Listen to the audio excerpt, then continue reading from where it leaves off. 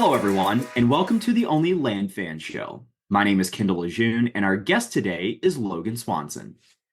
Logan Swanson is a land investor, deal funder, podcaster, and land marketer. He owns Prime Land Exchange, Land Partner Funding, and is the host of the Land Fixer podcast. After 6 years in the industry, Logan has plenty of hard-earned land knowledge to spread around. Logan, thanks so much for joining us. How are you today? Oh, I'm blessed. Thanks for having me. Yeah, man. Thanks so much for joining us. So you've been on our show before where you shared so many great insights, and now you're back by popular demand to talk about a very specific topic, which is how to build a huge builders list or buyers list rather. So can you talk a little bit about, before we jump into that topic, can you talk about give us a little bit of background about who you are for those that are listening that might not know what your journey is? How did you get to where you are today? Yeah, man, it's never easy, like a quick way to answer that. But, I think I started 6 years ago doing a Land Geek course like everybody else, listening to podcasts, whatever else. Started flipping desert squares, got closer to DFW, population centers, bigger deals, started on the subdivision train and the development train. And now we're doing funding. And along the way, I had the whatever gift or curse, whatever you call it, of having a huge land inventory. And I ended up doing a lot in marketing, learning how to market land, get creative. Because when you have 100 or so properties in inventory that you're trying to market all in different states and locales, posting on Facebook Marketplace just doesn't cut it anymore. Yeah, I got pretty deep into land marketing, ran a program for some folks, marketed, I don't know, probably thousands of properties during that time period. Closed the doors for a while because we were doing mostly social media marketing, but we've just reopened them with a whole new marketing strategy that we're bringing to the people today. And yeah, along the way, built a nice big buyers list, learned how to manage the data, underwrite deals, all the good stuff. Fantastic. I love it. I've talked to many people who have said that the land business is really not about land. It's either about people or marketing or both. And so, talking about marketing, can you talk a little bit about what is your typical flow for marketing on the dispo side right now? What does that 30,000 foot view look like? Yeah, so I think it really starts in acquisitions, right? If you really think about it, you need to buy a property that has a predictable disposition cycle. That's usually where most people are getting caught up. And then you have to attach to that property a realistic retail value that you're going to list at. If you've done those two things, you have a good price to it, and you know who you're selling it to, the disposition process usually isn't terribly complicated. You should have a good, I'm a believer of putting your property everywhere, right? So you should have a good broker. You should have sort of your internals. You should send letters to the neighbors on the property. You should be marketing it to your buyers list. Ideally, you'll have a short list of builders or repeat buyers that you're going to go back to and try to dispo quickly to them. And if all of that is done correctly, usually it's fine. But what ends up happening is we have a lot of folks that are really not able to sell at that wholesale price point right now. They're really needing to get retail if they're going to get money on the deal. So because of that, they're holding properties for a long time right now. So that's when the disposition systems get a lot more complicated. If you're spending ad dollars and creating approaches that are new marketing channels, for us right now, it's podcasts and YouTube and social media sponsorship in order to draw a big audience of eyes to get a look at your properties. It's endless, but I'm of the belief, start with the right property and most of the disposition's easy. Yeah, that's a really good point. If you buy it, then you won't have that hard of a time selling it, right? Mm-hmm. Mm-hmm. So can you talk a little bit about, you mentioned that there's a difference obviously between the retail buyers and then these buyers that are wholesale. On average, what percentage of different buyer pools are you working with on your properties right now? So for our properties, for the most part, we're going straight to retail at as much as possible. That is where you get the biggest bang for your buck. So if you're going to get someone who's going to buy that retail price point, which is what we're always pursuing in the beginning, then you probably want to go to a retail market. And that's usually through your MLS service, your broker, or your buyer's list that's already in place.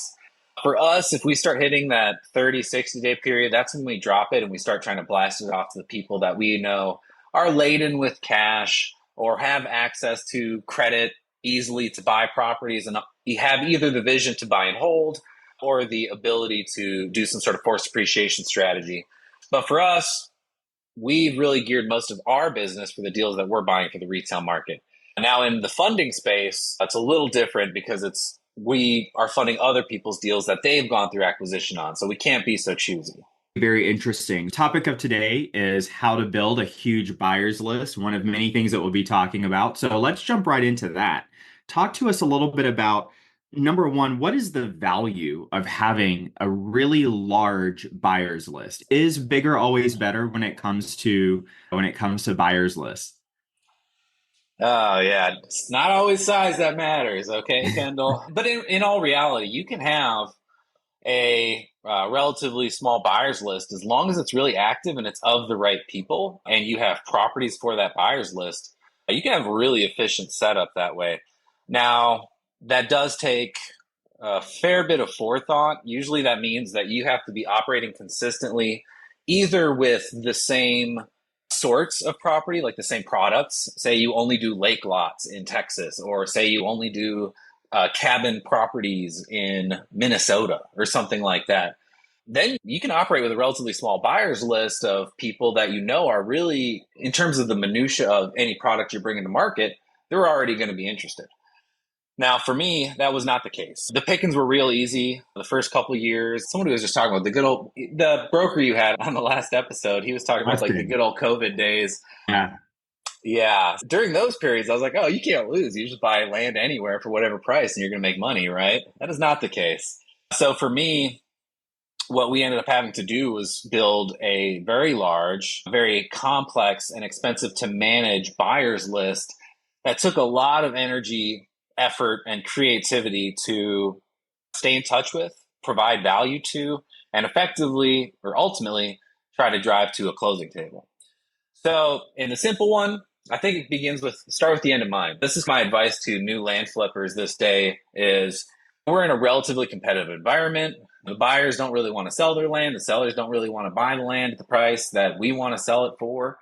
So the way to really be competitive is to have that specific product or region that you're going to be excellent operating within.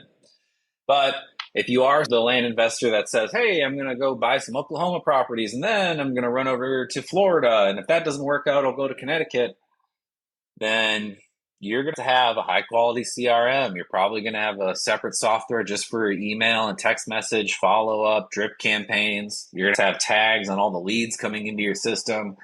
You're going to have a pretty dynamic website that's able to do all of that stuff for you. Otherwise, you're going to be the one sitting there clicking and adding Texas tags and Florida tags and whatever else to every lead. And it becomes very unmanageable very quickly if you have a big inventory and it's well spread out. Yeah, those are some really fantastic points. Lots to unpack in there. First, let's jump back. If someone's listening to this and they are looking at starting to branch out and start working different markets, that maybe they started in a specific market, they're starting to branch out different markets, they're looking to build their buyers list. What would you consider to be large? Because we keep saying large buyers list, small buyers Oh, list. Do you have an idea in terms of what the size for your definitions are for those lists? yeah. I would say that we have a pretty large buyers list that's actively engaged at around 30,000 people. I know a lot of land investors that are doing a few deals here and there that if you have an actively engaged audience of about 1,000 people or 1,500 people, that's great. When we started, we sold deals to our buyers list when we had a couple hundred. So it really, if you have, like I said, the right inventory and the right people interested in that inventory, it doesn't take a lot. But if you're going to spread it out over a map, it does take a lot. And yeah, we can go into all those different details. You just tell me where you want me to head. Yeah, when I first got into, I first started in the real estate space and wholesaling houses. And among house wholesalers, that was a huge thing is like the buyers list. That Mm-hmm. was the golden chalice of all business was this buyers list. And people were touting, oh, I have this many on my buyers list. And then they would trade or sell part of their buyers list. Mm-hmm. And it was just dump all of these names onto a spreadsheet and just grow the spreadsheet and then just throw it into a mass email blast whenever you have a property. So we know that there are a lot more intricacies that go into that. So you mentioned first the CRM and managing these lists. Can you talk a little bit about what CRM do you use and what features are most important? You mentioned you touched on tags a little bit, but can you talk about which features are really important whenever you're building that buyer's list?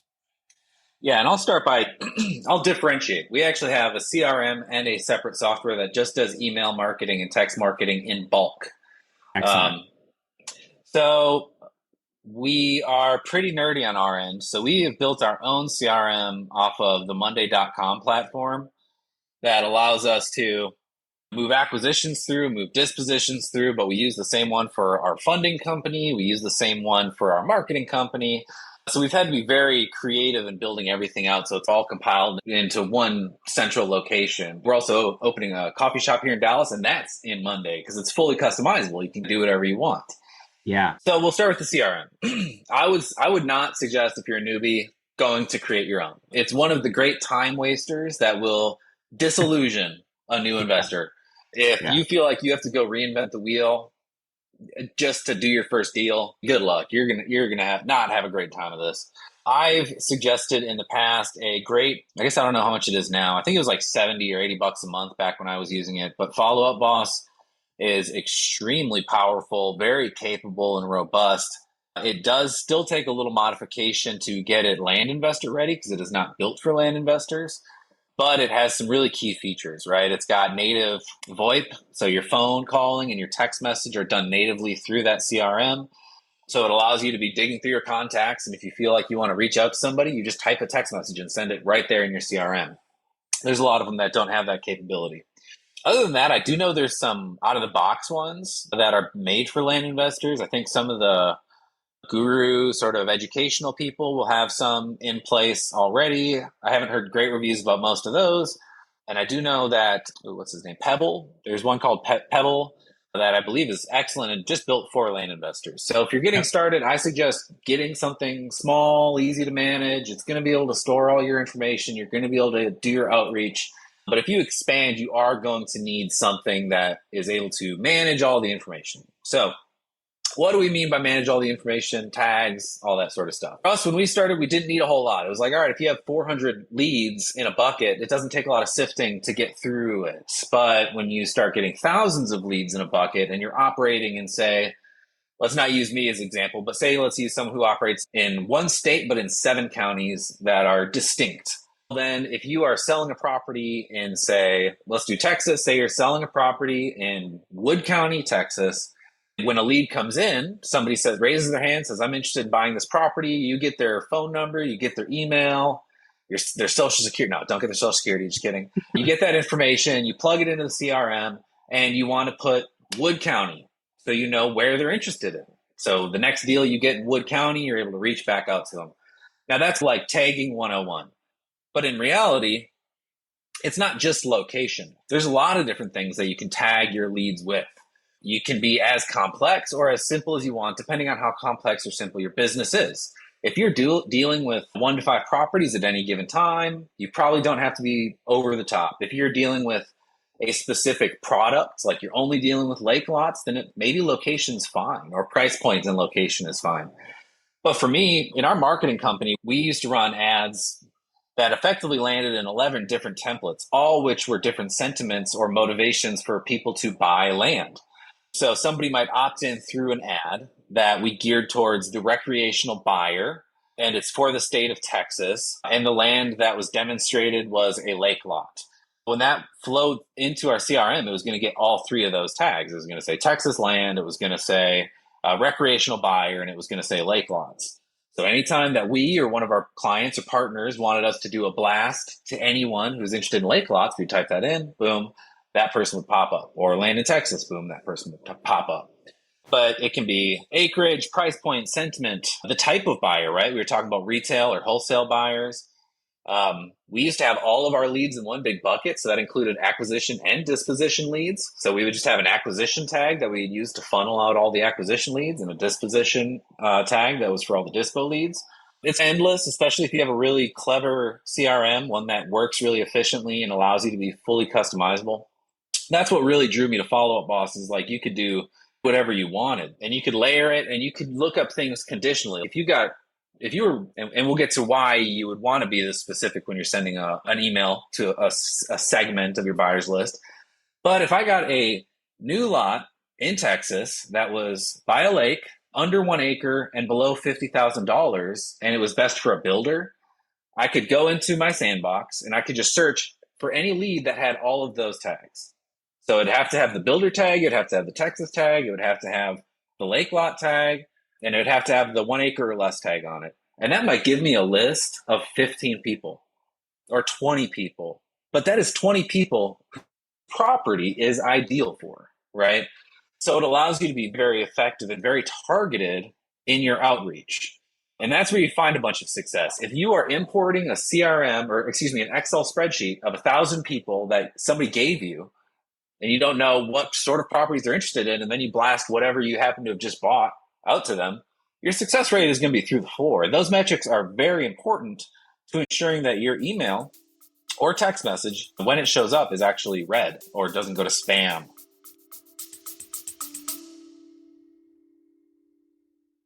Hey, land fans. Looking for your tribe of serious land investors? Join thousands of your fellow land lovers in the Only Land Fans Facebook group. We're talking real deals, expert strategies, and game-changing connections you won't find anywhere else.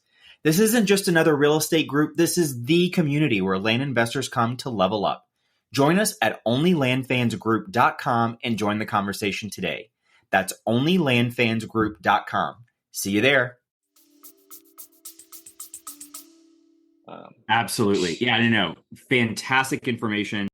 And again, I just have these like flashbacks of these spreadsheets when I first started my career where it's okay, we can do a text blast to 20,000 people, but if that property that we're trying to sell is really only super suited for maybe 10 of those people, I would much rather pick up the phone and call each one of those 10 people and tell them about it than do a massive text blast to a few thousand people that may not even open the email. Yeah. And we're still in a people business, right? So Absolutely. You can actually maintain something like a relationship with these very small groups of people, even if they are just a few names in a huge CRM. Follow a Boss, my CRM, a bunch of CRMs allow you to take notes. So if I had a conversation with them, but it was 3 hours or 3 years ago, I still have those notes that says like, daughter got married. Anything that came up in our conversation would still be tagged there. So if I did pick up the phone or I sent a very specific email to that person, they would not feel like I just sent this bulk email to thousands of people. They'd feel like, oh, dang, Logan remembers me from 3 years ago. Yeah, it's a much more powerful stance. That's brilliant. That's brilliant. So I wanted to talk a little bit about if someone is just now starting to build their buyers list beyond just maybe like a few people or a few builders that they've been selling to, what information should they start with? Is it just name, phone number, email? We've talked a little bit about buying criteria. What's a good starting point? Obviously, we want to get as granular as possible as we evolve and develop. But if someone's just starting out, what types of things should they be asking the people that are interested in buying to put into their buyer's list information? Yeah, to be as granular as possible, most of my answers are going to be like, start with the end in mind. Okay. So if you're starting your business and you're saying, I really just want to buy and sell local land, you're not going to have to be super granular on location or like time zones. For example, if I have a buyer's list in California and I'm in the East Coast, like when I'm making phone calls, I could be waking people up or vice versa. If you're not operating in a bunch of locations, you may not have to have any tags regarding location. If you're only operating with lakefront property or lake adjacent properties, then you don't have to have any tags over that. So it really comes down to just how broad or narrow your terms are going to be. But obviously the basics are you need to be able to either pick up the phone and call them or send them an email. So you need those two pieces of information. You don't want to call and ask for John Doe. So you have to have a first and ideally a last name.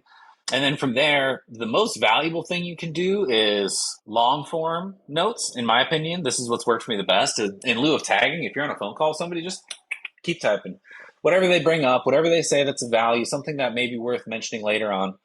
And I actually think I have not set this up yet because I don't directly handle a lot of disposition phone calls. But I have been trying to think of I know they have AI note takers. So I just want to plug them in on every phone call and just have an AI that's auto transcribing or auto putting the phone calls for you. And whatever it is, as soon as the phone call's over, you can just copy and paste it into your spreadsheet. But then your tags are just going to be whatever you think you're going to need to reference later. But specifically, one thing we haven't touched on yet, though, is when you are talking to a lead, you are going to want to determine how priority that lead is in terms of re-engagement.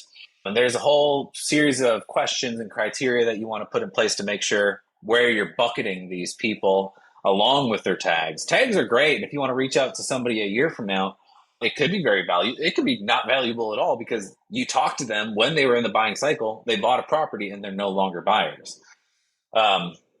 So I think that might be one of the next things you want to get into is, okay, how do you sort who you should be talking to? Because if you have 30,000 people in your CRM, do you want to talk to each one every day? No. Absolutely. No, that's fantastic. And yeah, the minute you started talking about tags, my mind immediately went to how could we use this for AI, right? Could we just have a transcript, plug it in, have some type of like automatic zap that creates the tags, and then you can import those over. Definitely some great opportunities there. Before we dig into the engagement of the list, I'd like to talk a little bit about what are some strategies that you have to organically build your list. So let's say someone doesn't want to run ads just yet. They want to do this in an organic, free way. How could they go about building their buyers list for free? Yeah, so it can be pretty specific again on product, but for me, my list started and lived on Facebook Marketplace for a long time.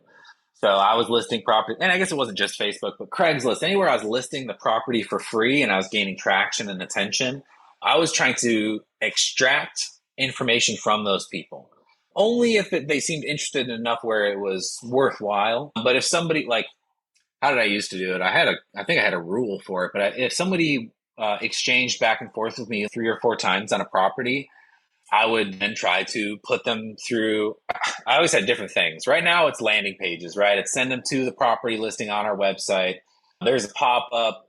I don't know, this may be, we used to sometimes lock the website. So they had to input information in order to bypass and actually go view the property on the website. We call those squeeze pages. So we used to squeeze people. And then we got a lot of pushback and people didn't like that. And I think I got actually some bad Google reviews from it. So all right, I'll just let people put it in if they want. But you, instead of manually grabbing that information and typing it and adding it to a CRM, you should have a form on your website or wherever you're directing traffic. There's services called lead pages. You can make landing pages. If you don't actually have a website, you can make a property page just for an individual property and send people there. But what you're ultimately doing anytime you're dealing with a mass of leads is to funnel them. And that would just be like a step in the funnel. If someone is interested in the property enough where they get sent to a form on a website and they actually put in their information, that could be a good sign that they are pretty interested in the information. Now, if they get to that page and they're like, nah, I was only slightly curious, then you don't probably want to engage with that lead a lot in the future anyways.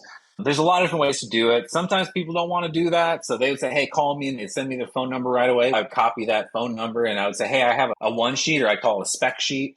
Can I email you that? And then that's what I would use to get their email address. I'd log that in. But once you get to the point where you have 4 or 5 properties going at the same time, any sort of manual entry becomes untenable. Not that you physically can't do it, like your fingers are going to start hurting, but it's just so much of a drain. People typically just stop doing it. Yeah, that's a really good point. I know for myself, whenever we were posting stuff on Facebook Marketplace, sometimes, especially depending on what type of marketplace ad we were running, if it was, we were just trying to test the market and see, sometimes the price would be way too low. So we'd get like literally like dozens and dozens of people just touching the button. Is this still available? Is this still available? And we had people that were just like choking our system. And so we had to come up with this thing where I was like, okay, if you're interested, call. Like this is the phone number. And if they don't call, then they're just like tire kicker things. But like having some type of funnel to be able to differentiate between the people that are active buyers or the people that are just pushing a button on Facebook Marketplace, right? Yeah, and I actually learned this from my partner who's like so protective of his time that you might confuse him with lazy, but he's not. He's very smart and very protective with his time. But whenever he would list something on Facebook Marketplace, he would say, read in full before messaging. That was what it would say. And then it would list all the details of the property. And then at the bottom, it would say, I only respond if you start the conversation with banana or a certain word or something to Ah, demonstrate that they actually read anything. So if anyone said, hey, is this still available? Just completely ignore it. And he would just move yeah. on with his life. And if they are not at least willing to read the entire description, why would I spend a minute of my time on them? Totally. Yeah. I talk to so many people that they go through that process of putting something on a Facebook Marketplace and they are just inundated with people that like respond to questions. I'll ask questions about the property, they respond back, and that's 20 minutes gone on one person, and then they just ghost them or whatever it is. And so I love that being protective of your time. Don't be afraid of trying to weed those people out. Like you got to separate, you have to start segmenting at some point. Yeah. And Yeah. I think this is the question we're on. We're asking, like, what are the best ways to get leads? So, Facebook Marketplace, Craigslist, manually grabbing those and putting them in is really cool. But there is a really untapped potential in terms of the buy sell groups and all of that that exist on Facebook. Not just listing your property in there, but there are a lot of ways to get true engagement on those buy sell pages that I almost see no land investors doing. One, you can record videos of yourself. Like, for example, I had a property here in Belton, Texas that I was selling. And I did the thing where I listed on Marketplace and shared it to groups, and I was getting some feedback and traction. But we were driving down to Austin and we were on our way back. So we stopped and we actually walked the property. And I went live in 3 different Facebook groups. I just went live in them and I was like, hey, I got this property here I'm selling. And because the algorithms in Facebook are always changing, the things that they're optimizing for are true engagement. So the methods for true engagement are typically things that no one else is doing or only a select few people are doing. So I did all sorts of crazy stuff. I went for a while, I was only posting videos. If I was looking for a specific audience of people, for example, say I had an info lot, I wouldn't go to the buy sell groups. I would join all the builder groups in that area and I'd go into the builder groups and I'd do the same sort of thing. It'd be a voice record or a memo or whatever. And in other times, instead of just posting the property itself, I would spend a week or two just posting here and there until I became a top contributor. In these buy and sell groups, you can become a top contributor by posting 5 things just directly into that Facebook group. And when you're a top contributor, your stuff gets seen by way more people in that group when you post into it. So this is something that I haven't done a lot recently because I do some of the buy sell. When I have a property that's really stuck, I'll put it on my Facebook, but I'm not like jonesing for a closing like I used to be. But if you really have properties that you need to sell, there's a whole bunch of creative stuff that you can do with Facebook. Some of it's probably uncomfortable, maybe out of the ordinary, maybe, but who cares? What is Facebook other than a way to reach people? That's it. That is the whole point of it. So just get creative in the way you reach people. Absolutely. I love that. You mentioned builder groups. I know there are a lot of people that will post stuff in buy sell groups. Not many people are talking about builder groups. Can you talk a little bit about how you go about finding those builder groups on Facebook? Oh yeah, super easy. One, there's actually here in Texas, for example, you could type like DFW builders, DFW construction, anything that is the area or the county, and you put like the most common construction phrases. And the Facebook algorithm is going to point you to those groups, even if you didn't use the exact verbiage in the search. But something that is very important is you do the same thing, but you use Spanish words, okay? Because there's a Mhm. bunch of builder groups that are just Spanish. And for us, if you're doing a home site or something that's say under $100,000 and you desperately need a cash buyer, I don't know anybody who's holding cash like contractors that are good at what they're doing. So I've sold a bunch of properties to Hispanic speakers that are just they have cash. This is why they've been saving is to find a great deal. And if most of us are posting our stuff into the English and the English buy sell groups, there is a huge audience that is cash heavy that we're missing completely, and who's honestly in most states in the South are actually doing the construction. Those are the people that are actually building. So if you want to talk to them directly, that's the way to do it. Also, a good way to start is in lieu of listing a property right away, you ask for subcontractors. Hey, I need land clearing subcontractors because we usually need those anyways. I need subcontractors for hauling dirt in and out. And you make a few posts like that, all of a sudden you're a top contributor in that group. I will go into Google Translate and use the translate function. I won't post it in English. And then you just use the Google Translate on the other side when you're talking to folks. And nobody's surprised if you don't speak Spanish. It's just how that stuff works. So you can get a bunch of engagement. You can get a bunch of people who are interested in working with you or for you. And then you can say, hey, are you actually interested in buying this property? And I have sold properties to people who are actually just contractors that initially reached out to help me work on it. Yeah, that's fantastic. Either would you be interested in buying, or do you know anyone who's looking to Yep. buy? I'll give a referral fee. That's Yep. love that. That's brilliant. So good. Switching gears a little bit from the organic ways, can you talk a little bit about how you build your list through paid options? If you're enjoying this episode of the Only Land Fans podcast, please let us know by subscribing and leaving a review. Now let's get back to the action. Yeah, this is the ever shifting sands that makes the sort of endeavors that I'm currently undertaking rare because it's not a small amount of effort. A few years ago, social media was great. Facebook advertising was great. A couple years before that, Google was great for land. You could get a lot of eyes on a property using Google AdSense. Now, those spaces, social media, it's really hard to post any sort of land with any sort of detail in a paid way that actually allows you to be granular to any level because you're in the special ads category, so you can only advertise based off of state in terms of proximity. If you're advertising a piece of property in Texas and you have to market it to all of Texas on social media, that means like 98, 99% of the money you spend is just going to people who have zero interest in the property because they don't live anywhere near it. Google for land, good luck, man. That's where all the big killers are putting their money, right? So if you want to go compete with lands.com with whatever your marketing budget is, that's a great place to go. I do not like doing that. So for me, a good creative way to do it with very little money actually is YouTube sponsorships. So find a YouTuber that's pretty small, modest to small, that What would you that be like? Sorry, um, what would the as followers far as be? viewers or followership, you don't even have to really look at that. You just have to see if they're currently running ads in their videos. So watch a single video.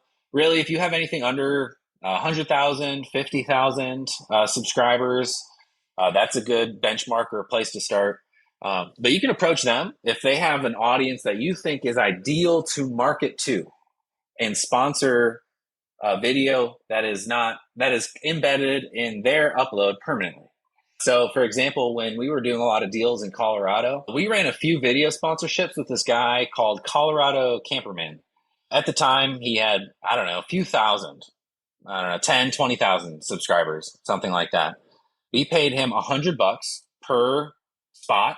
He gave us 30-second spots at the beginning of his videos. I think we did 3 or 4 of them. We sold 6 properties off of those ads. I still get leads. This was 3 years ago. I still get leads off of those ads.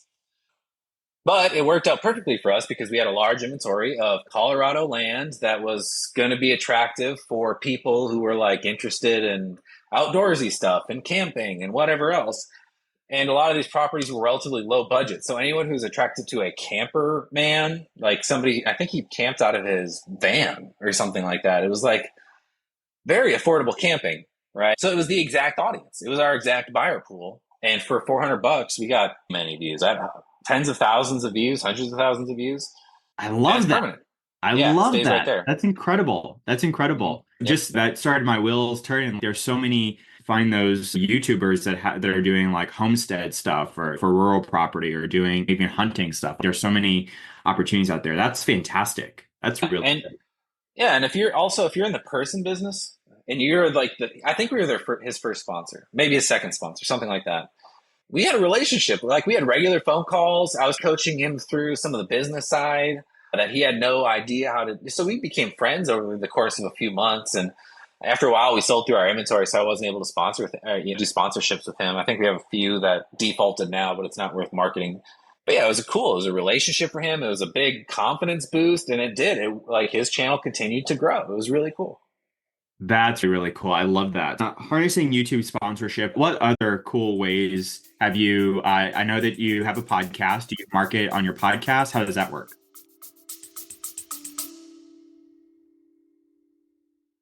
Listen up, land fans. This is huge. We're bringing you the one and only Pace Morby, star of A&E's Triple Digit Flip and the mastermind behind $450 million in real estate deals. He's coming to our virtual meetup on Thursday, December 5th to share how he's applying his creative financing genius to land deals. Head to olfmeetup.com to save your spot today. That's olfmeetup.com. This is the kind of opportunity that changes everything. Yeah, the podcast for me is actually multifaceted. So, yes, we drive traffic. I pay to drive traffic to my podcast. You have to embed that in a specific way on your website so that you can track the ad traffic and things of that nature. And the content that we put up there is multifaceted. Sometimes it's about buying properties, and I can plug and market my specific properties, but we market to real estate investors. So a big part of my audience, yeah, maybe they buy land, but maybe they also have money, right? So maybe they actually just want to be passive partners on a development or a build. I've done some coaching from people that just listen to my podcast and want to be like, hey, how can I learn how to do what you do? So I've done some of that. And one of the things that I'm plugging regularly, I haven't successfully converted, but we're about to crank up the ad spend on it. I'm going to try to drive in acquisition leads and development leads. So every episode I'm asking, hey, if you have property that you want to get top dollar for just by partnering with someone like me, give me a call, reach out to me here. And I've already had a ton of people reach out to me through that, and it's only going to grow exponentially. So it does a lot of stuff for me. That is a very kind of creative endeavor. It allows people to know my face. It allows people to see the sort of people that I work with, because I do have guests on there. We do just also run ads on podcasts, right? So in the same way that we identified the audience that Colorado Camperman had to sponsor his YouTube, say I wanted to draw a large audience of real estate investment-minded people to my podcast, where would I go market? I would go market to real estate investment podcasts. They don't have to be land related, right? You can just go to people, because think about it this way. How many people are learning about flipping homes and tried it once and they're like, this is a damn nightmare, right? It seemed really attractive. It seemed really great. All these people talked it up, and I put all this money aside, and I'm not going to do this, right? Then what if they're listening for the next thing, right? So I want to be the next thing they hear about, whether it's putting money in a fund that I'm considering starting here shortly, or if it's funding land deals through my entity, or whatever else. There's endless ways to work together. YouTube sponsorship, I'm dabbling with Hulu. I'm considering Hulu, but it all boils down to the same thing. Okay, you find your audience. Who do you think shares an audience with you? Who do you think has your buyer pool already captive? And instead of going to build that buyer pool yourself, just tap into it. Just touch it. Just put your toe in the water and see if anyone wants to come back with you. When you start doing that, though, you have to really be more evolved. You have to have things in place like a really well-established website that's going to do this stuff for you. If you have to have something that will support, say, 100,000 people going to your website. If you do a big marketing campaign, you can crash a website just from traffic, right? You need to be able to absorb that information, have it organized with tags, and go to where it needs to go correctly. For us, if we still retarget people using social media. So we have to have all of the things in place in order to get that audience funneled so that we can retarget it correctly for social media marketing. And more than anything, you have to have a lead magnet. You have to have a reason why someone would go from, say, a podcast or Hulu or YouTube or whatever and actually go to your website. And if your website is 5 properties, 1 in Arizona, 1 in Utah, 1 in Kentucky, good luck. But if you have something like, I'm going to be on a podcast next week, and the host said, hey, you need to bring something to give away. I don't let anyone on my podcast unless they're giving something away. So, okay, so I made something, and it's how to underwrite a deal in 5 minutes. And instead of making that a PDF or something that he could distribute, I hosted it on my website. And I made sure I had all the different call to actions around that I wanted to have, so that when people came over, they could self-select and tell me by pressing on whatever they press on what they're actually looking to do. Whether it is buy land, whether it's have me sell their land, become a marketing client of mine, whatever. We do a lot of stuff. So I need to know what they're visiting my website to do.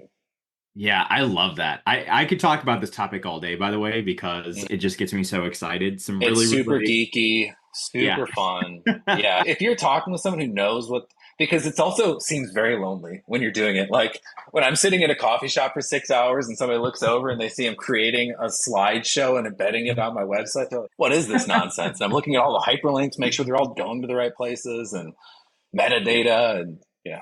So do you geek out over the tech stuff? Are you like, is that the stuff that you really like? No, I did. So I think when we started this, I was like, that's a great rabbit hole. Build your own CRM. I was consistently guilty of what I think is my biggest sin in this industry, which is going down the rabbit hole. It's geeking out over something unnecessarily that absorbs a whole bunch of my time that I could probably be paying someone way less than my time is worth to do a much better job for me. Yeah. And I really had an issue with delegation I still do, honestly. I'm not a great delegator. All of my lessons are hard learned. Delegation is one of them. It is a muscle that I've had to flex and stretch over and over again in my little business career. And it still seems to atrophy if I don't flex it regularly. So I'll have this bright, shiny moment. Actually, I just had it. I was building that little giveaway piece. I should have spent 5 minutes in a Word doc, and then I should have sent it to a virtual assistant to put it into slides, right? There's no reason for me to actually spend 3 hours in a coffee shop working on that. There's just no value to it. Yeah, I got to put a little bit of extra flavor into it or whatever, but it's not worth it. It's not enough. So that's an example of something that I should have delegated away. But the tech stuff is 100% something that I used to go down a deep rabbit hole, because as soon as you find yourself on GitHub and you have no idea how to code, you're down the rabbit hole. And I have found myself there over and over again. And I just have to look up all bleary-eyed and coffee stained and be like, what is happening in my life? So I have my developers for each one. My portal for my marketing stuff's all on Bubble. I have Bubble developers. I just hand stuff to them as quickly as I can. Virtual assistants for marketing and kind of one-off tasks. I have a main virtual assistant that I can hand random odd jobs to that'll usually do a very good job of it. I have my Shopify web developer. I have an automator. All these people that are aside, and they're either in WhatsApp if that's their preferred, but I really prefer Slack. And I just hand stuff to him as quickly as I can. Yeah, I love that. I love that. Power to you, man, that you can geek out over the tech stuff. Like, I get so excited about talking about marketing and like how we're going to reach these certain people. But the minute you start talking to me about tech, like my eyes start just like glazing over. And I'm like, can we just look at the funnel diagram again? Yeah. Because that's what I really like. But yeah, you can go down the rabbit hole for sure, for sure. So jumping back over to the buyer's list conversation. So can you talk a little bit about how do you go about engaging your buyer's list? So you have this huge list. Obviously, they're in different segments depending on which tags. So how do you keep that list active and engaged? Start with the end in mind. It depends on your frequency of really, it's like your inventory size. Okay. So if you're buying and selling 1 or 2 properties a month, you don't want to be barraging your buyer's list, regardless of its size, because you just don't have enough new stuff to present them. So if you're in that stage, I highly suggest not touching that buyer's list more than 2 or 3 times a month and only making it something of value. Maybe once a week if you're good about, all right, if you are doing, well, I'll just keep using the lake lots in Texas. You're a lake lots in Texas person. You don't need to just keep sending that. This is a new property I have. This is a new property I have. Eventually people are going to be like, I don't want that. And they'll start unsubscribing. But you can actually nurture a list through education. That's what my podcast is. That's what most of our follow-up campaigns begin as. Somebody opts in. If they opt in with I have a different follow-up campaign for each sentiment that they opt in on. That's what I find to be the most important is their buying sentiment. So if we consider them builders and they fall into our CRM as builders, I have a campaign for builders. And it's a 10 email campaign with 3 text messages that just starts. And it's pretty regular for the first 2 weeks, and then it phases off. And then they just fall into a general list where I actually don't touch my general bucket list almost ever. I almost never send a single email to everybody. Almost never. I would then wait until there's a reason to talk to them. Because if you are abusing it, or I guess maybe I'm sidetracking here, but yeah, in the beginning, less is more. Just make sure you're adding value with each touch. Don't just be sending the same properties over and over again. People don't care that much. Yeah, that's a really good point. Can we dig into that a little bit more in terms of what would you consider to be giving value? Because that's marketing 101, right? You don't want to spam your guests, or your list. You want to make sure that you are providing value. And so this is a question that comes up a lot of times when I talk to different land investors, and they're like, I don't know what kind of value I could be giving other than showing them what I have available. So can you talk a little bit about that? You touched on education. Give us a little bit more about that value piece. Yeah, really the equation is education, reinforcement, and then you need to direct them. Let's use an example of the Texas lake lots again. You could discuss, like septic systems can be finicky around Texas lakes. So if somebody's on your buyer's list because you think they're going to buy and build someday, they are probably eventually going to have a conversation around septic tanks, and they probably have no idea. So it could be something as simple as clipping 3 articles that talk about septics getting approved by the Sabine River Authority. They deal with a lot of lakes. What do you do? What are the sorts of septic systems that go in? That sounds maybe goofy, but that is something that I've gotten a very good response through, is just talking about septic systems around Texas lakes. So then you want to do a little of education. If that gets them to click and open it, then that's when you reinforce their buy. So it's usually two-part. The education and the reinforcement could be like talking about land banking. It could be talking about buying land as a hedge against inflation. It could be talking about an asset class or land portfolios or whatever it is that you use to reinforce that purchase. And then you push them. So if you are just sending an email that does not ask them to do something, you're failing in your job. You need to say, check out the property here. Or ideally, like a lot of mine will have 2 or 3. It'll be check out my property here. If you want to learn more about buying land in Texas, here's a link to my blog. I used to have an ebook I would always send to people. Click here to check out my ebook on why buying land is the best investment you can make in 2024. Now I use my podcast as that. Go check out my podcast to learn all about whatever the reinforcement is. There's an episode for almost all the reinforcements on my podcast, and that's very intentional because I can push people to my audience to educate them, and it's not a blog or an AI generated article. It's me it's me here. It's me talking about my hard-earned knowledge that could really help solidify their decision to invest in land, to make that purchase, to pull the trigger, or at least pick up the phone and call. That's really good. What advice do you have for strategies on how to brainstorm what type of value you can be giving to your audience? So what are topics of ebooks, or what are education articles, or how do you go about doing that? Do you just put pen to paper and figure it out, or is there like a research process? How do you go about doing that? Yeah, the most organic and obvious thing is listen to what people are already asking you. So if you're in Facebook Marketplace and the first question is this still available? And you say yes. And the second question is, can I trade you a minivan? And you say no. Okay, on to the next one. And they say, how does the water situation work? How do I get a water tap? Okay, log that away. That's something that comes up 3 times. All right, maybe that is content. How do you get a water tap in Hunt County, Texas? How do you do that? Who do you call? What do you do? How much does it cost? If you don't even have that much exposure, I don't use ChatGPT to really author much of anything, but I do use it for brainstorming a lot.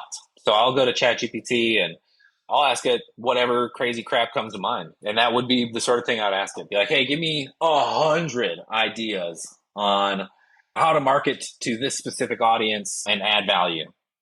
And if you're really good at that, you can be like, all right, now I want you to do it as creatively as possible. And I want you to iterate it in a Texas slang or whatever. You can get it to do a lot of crazy stuff. Yeah. I love that. I love that. So good. So how often are you like in a constant state of cleaning your list? So trying to get tire kickers off, or is that not like a thing? Talk to us a little bit about how do you clean your list? Do you want only engaged people, or how do you approach that? Yeah, there's one thing I want to make sure I mention, so I'll get to that after this. But it should be a self-cleansing process. And the way that you do it is you're just constantly looking at. So this is the reason I don't use a CRM or a follow-up boss for mass emailing. One, you can only do 100 at a time, but they just don't have the same statistics. This is why I use a software called Klaviyo. There's a bunch of them. It could be MailChimp. There's a bunch of different, Sendinblue. I don't know. There's a ton of them. I like Klaviyo because my website's on Shopify, and Klaviyo and Shopify are best friends. So what happens is I go into Klaviyo.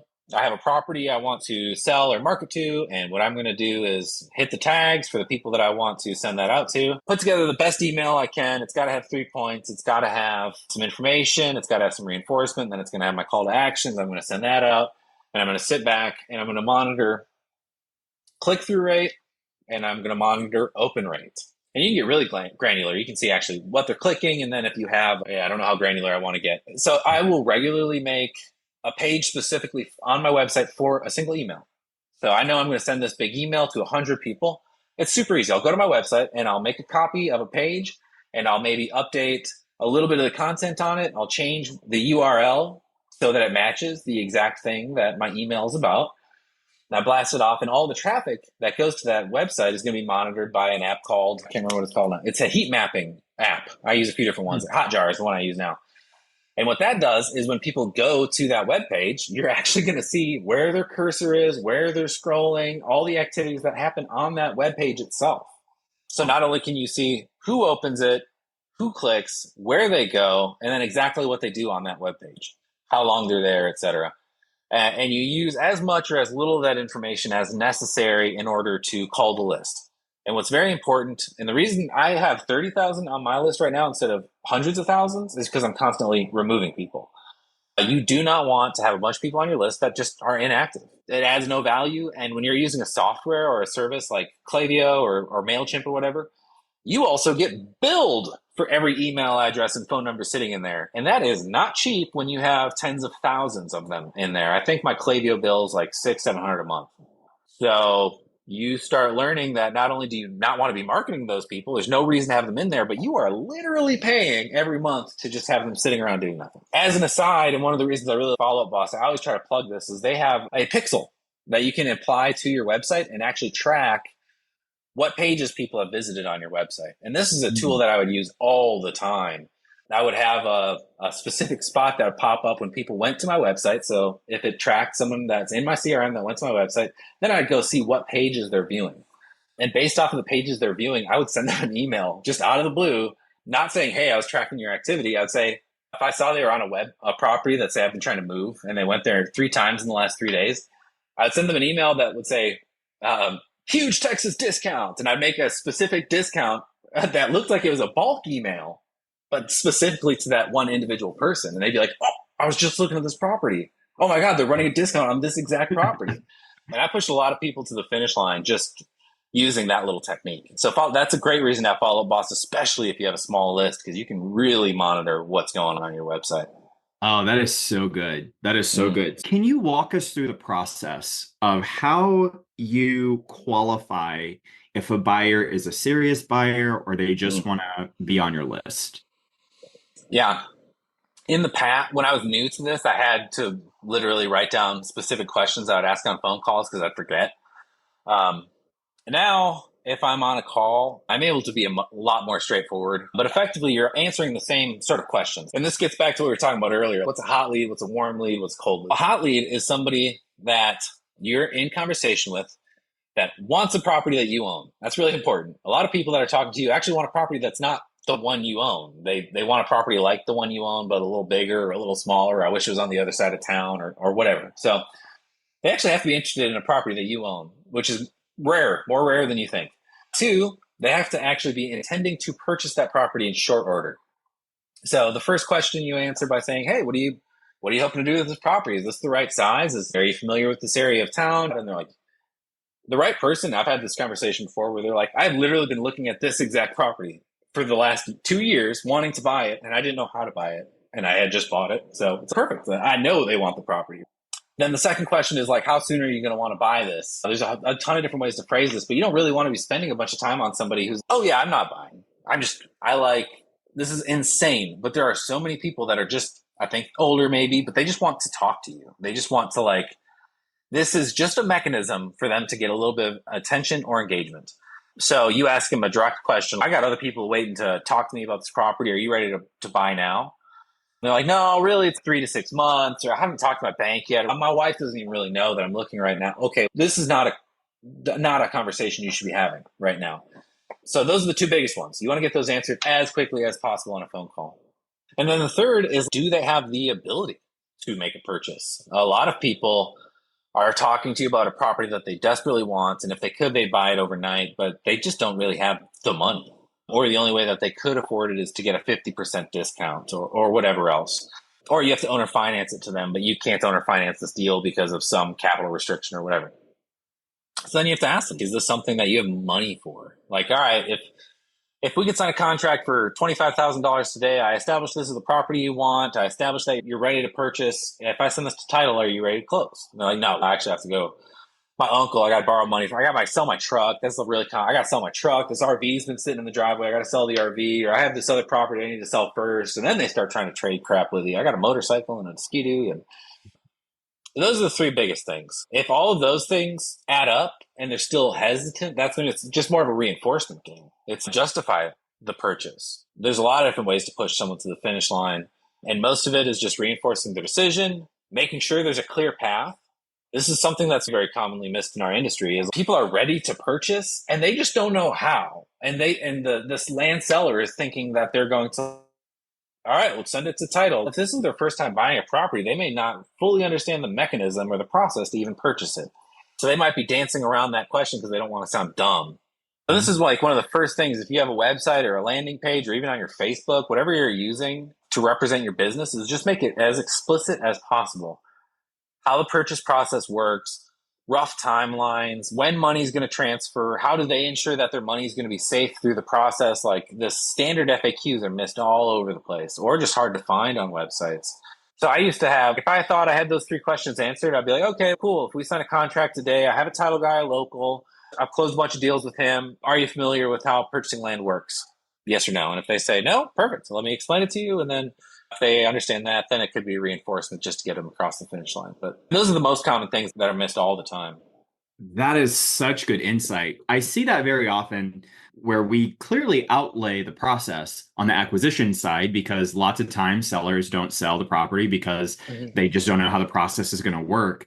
And we think typically, oh, if someone wants to buy a piece of property, then they should know how the process works. That's not always the case. I think that's a really good insight. Thank you for sharing that with us.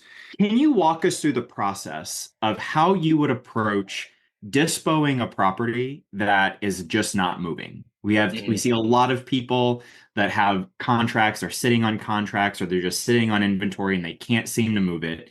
What are some of the major steps or huge processes that they can go through in order to move that property? Yeah. If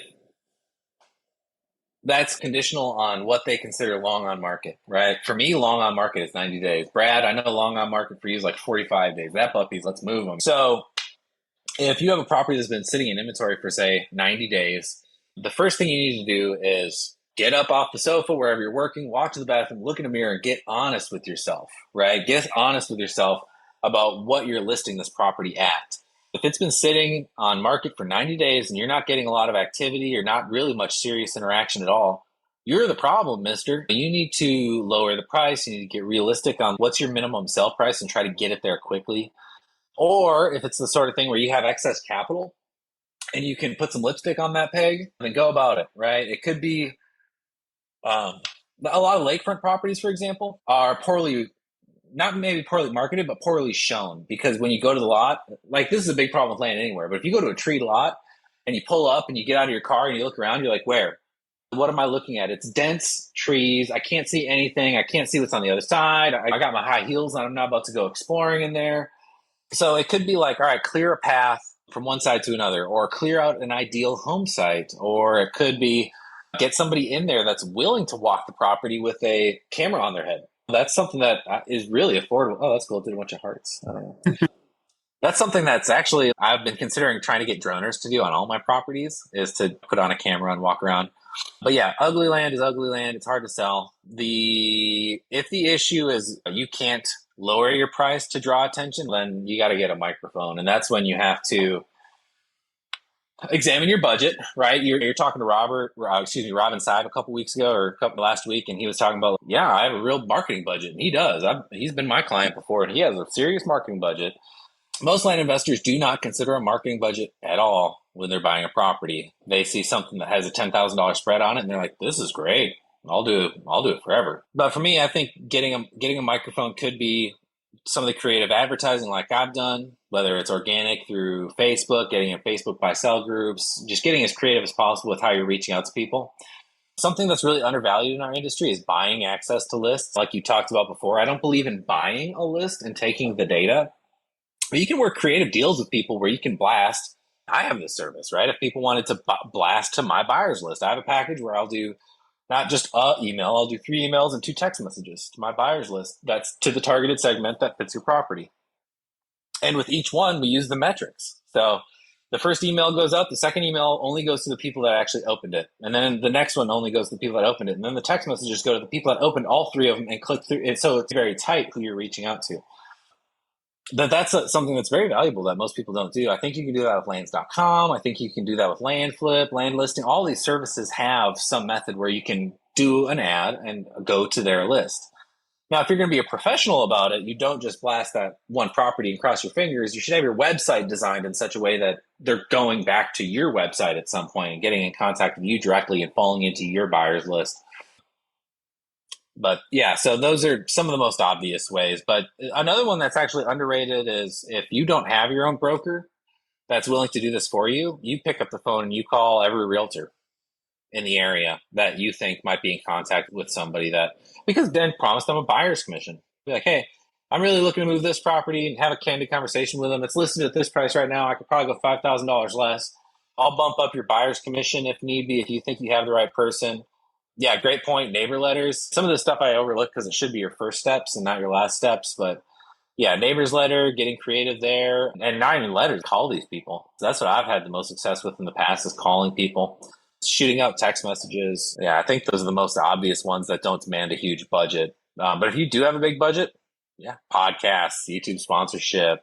If this is an issue you're having consistently, get back in front of the mirror. Are you buying the right properties? Yeah, really good stuff. I want to thank you so much for giving us so much value today. How can we give back to you? What resources or connections are you currently looking for? Yeah, we fund deals. Landpartnerfunding.com. We'll fund some deals for you. If you need help marketing, go to the landfixer.com. Listen to my podcast, the Landfixer Podcast. That'd be great. I have a really special guest coming up. We're recording tomorrow. You guys might know him. This is his podcast. So I can't wait to hear that one. Yeah, looking forward to that, man, for sure. Yeah, me too.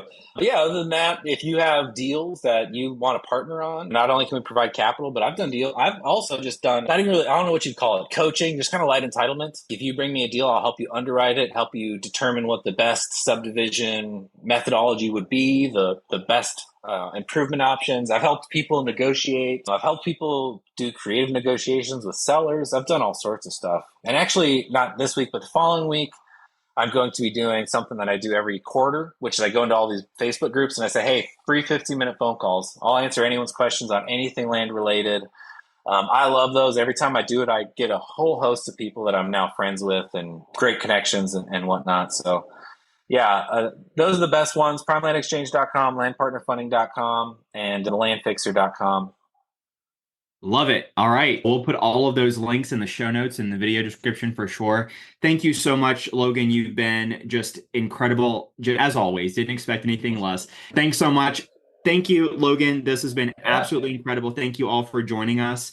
And make sure to check out Logan's podcast. I'm so excited to be a guest on that podcast tomorrow, actually. So we'll be recording that episode. So looking forward to jamming with you there.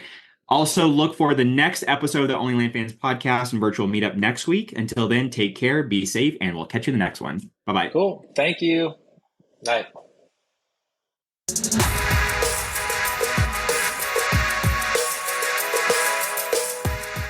If you're interested in hearing from other seven-figure land flippers about how they've started and run their businesses, then join us at onlylandfans.com. Looking forward to seeing you there.